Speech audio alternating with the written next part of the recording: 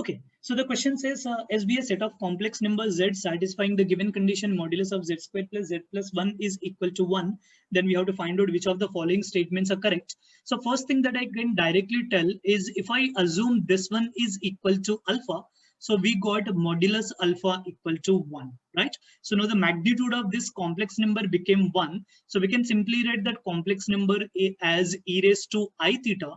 And we know that theta is going to be from minus pi to pi, right? Minus pi to pi.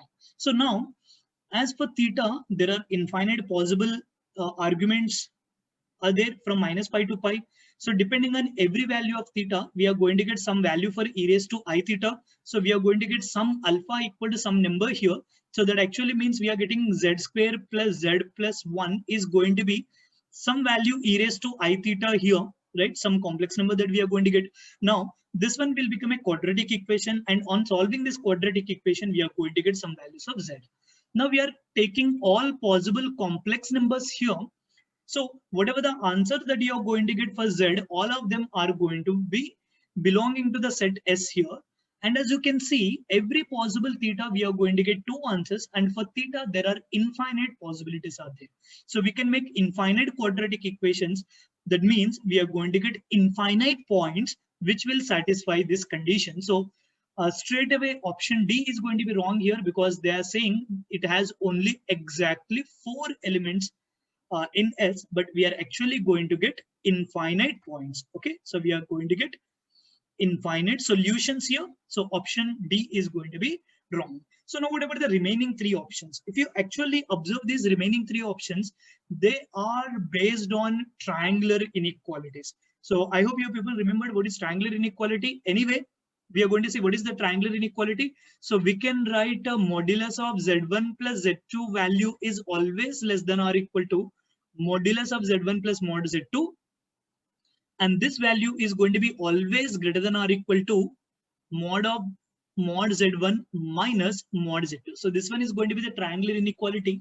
So this question is basically dependent on this one. So how we are going to use this triangular inequality? See, the given question is modulus of z square plus z plus 1, right? That is what they have given here. So how do we apply the triangular inequality on this? That I'm going to show you now. So this z square plus z plus 1, whatever we have here, can be simply written as modulus of z plus 1 by 2 whole square, z plus 1 by 2 whole square, right? So z plus 1 by 2 whole square that we got plus 3 by 4. Right, so that is what we are going to get. So z plus 1 by 2 whole square plus 3 by 4. Is that clear? So now apply the triangular inequality. I'm going to take this one as one term and this one as another term. So applying the triangular inequality, so that is looking like this part only. So if you apply this one, we are going to get this one is going to be less than or equal to, so modulus of z plus 1 upon 2 whole square plus modulus of 3 by 4, which is going to be simply 3 by 4, right? But in the question, this is already given as 1. So this one is 1. So this is what we are trying to find out. So ultimately, we got 1 is going to be less than or equal to the modulus of z plus 1 by 2 whole square. And that is another property of the modulus. You can write the square outside also, plus 3 by 4 that we have here. And if you take this 3 by 4 to this side, we are going to get 1 upon 4 is less than or equal to modulus of z plus 1 by 2 whole square, and which will ultimately will give you 1 upon 2 is going to be less than or equal to modulus of z plus half, right? So that is one property that we are going to get. So 1 by 2 is going to be less than or equal to modulus of z plus half, which is going to be your option C, right? That is going to be your option C.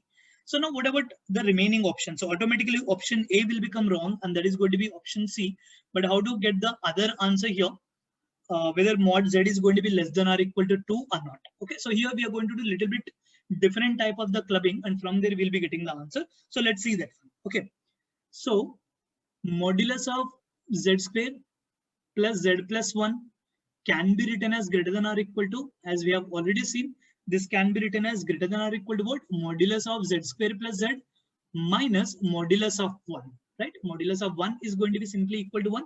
So that's why I'm writing here. So now we know that this is already given as 1 is greater than or equal to. So modulus of modulus z square plus z minus 1. So here we are going to get two different types of relations, right? So that we already know when we are writing this one, or write this one something like modulus of z square plus z minus 1 is going to be less than or equal to 1. So we are going to get this one will be between minus 1 less than or equal to. So modulus of z square plus z minus 1 less than or equal to 2, we are going to get, sorry, less than or equal to 1. So that one is going to be less than or equal to 1 we are going to get here. So if you take this 1 to this side, so that will be 0 less than or equal to. So modulus of z square plus z less than or equal to 2. So this one is a kind of obvious here. Mod value is going to be always positive. So we don't have to worry about this much. So I'm going to proceed with the second one. So which is modulus of z square plus z came out to be less than or equal to 2. Right? So this is what we got here, modulus of z square plus z. So now again, I'm going to apply the same type of property. So this modulus, whatever we have here, that can be written as greater than or equal to modulus of z square minus mod z, that we know already from the properties, modulus of z square plus z that we can write here.